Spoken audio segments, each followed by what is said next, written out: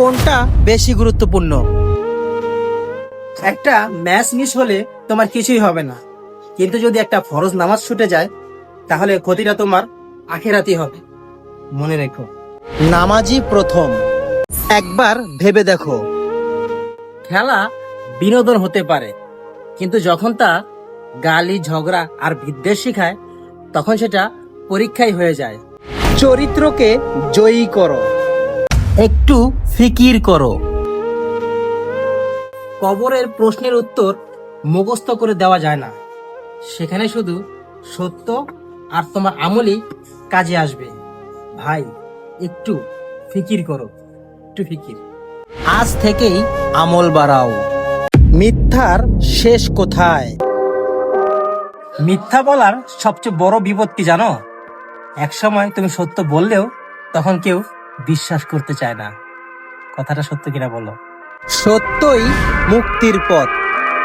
একবার ভেবে দেখো, যার জন্য আজ তুমি রাত জাগছো সে তোমার নামও জানে না, তবে কেন তুমি ওই আল্লাহকে ছেড়ে তার জন্য সময় দিচ্ছ? রবকে ভুলে যেও না। কে তোমার জন্য দোয়া করবে?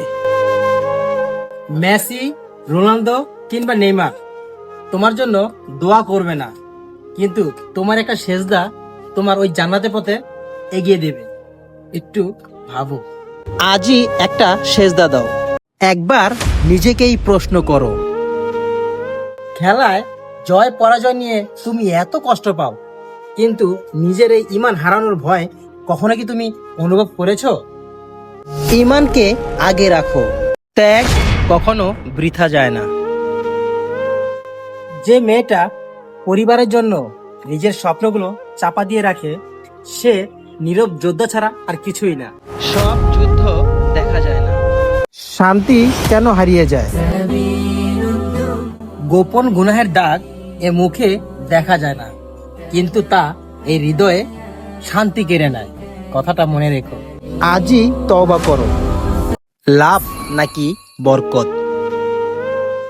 তুমি যদি সত্যের জন্য ক্ষতি স্বীকার করতে পারো তাহলে আল্লাহ তাআলা তোমার সম্মান বাড়িয়ে দেবেন, কিন্তু মিথ্যার মাধ্যমে লাভ করলে সেই লাভে কখনোই বরকত থাকবে না। কথাগুলো একটু ফিকির করো। সত্যকে আঁকড়ে ধরো। মৃত্যু অপেক্ষা করছে।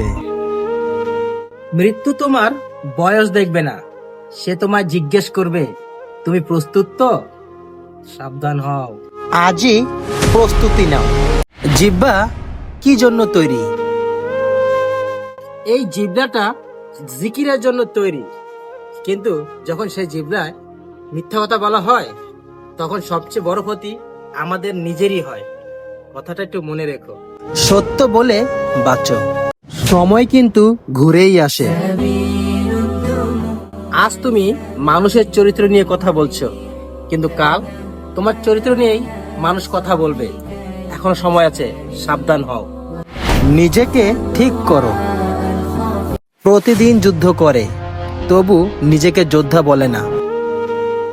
বাংলাদেশে মধ্যবিত্ত পরিবারগুলো প্রতিদিন যুদ্ধ করে, তবু তারা বলে না আমরা যোদ্ধা। এটা হলো মধ্যবিত্ত মানুষের অবস্থা, না এই দিক না ওই দিক। মধ্যবিত্তের হাসির আড়ালে লুকিয়ে থাকে হাজারো যুদ্ধ। আজ একটি মিথ্যা এড়াতে পারবে? আজকে একটা মিথ্যা থেকে বেঁচে যাও, হয়তো এই সিদ্ধান্তটাই তোমার ঈমানকে আরো শক্তিশালী করবে। সত্য বলো, ঈমানকে বাঁচাও। সবচেয়ে কষ্টের জিনিস কি জানেন? জীবনে টাকা না থাকাটা যত কষ্টের, তার চেয়ে বেশি কষ্টের হলো মানুষের কাছে হাত পাতাটা।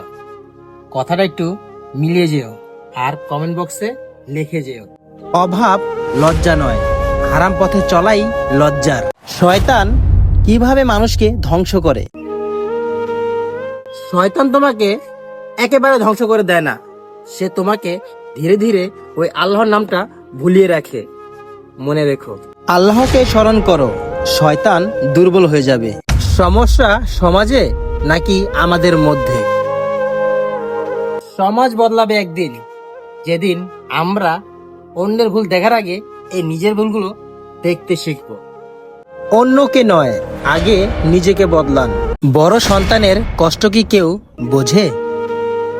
একটা পরিবারে বড় সন্তান মানে বয়সের আগেই বড় হয়ে যাওয়া।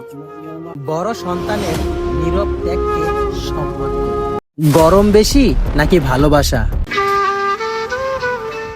টিন শেড ঘরে একটু গরম বেশি, কিন্তু সেখানে মায়ের ভালোবাসাটাও বেশি পাওয়া যায়। ছোট ঘর হতে পারে, কিন্তু ভালোবাসা যেন বড় হয়। তুমি কি আজ কষ্টে আছো?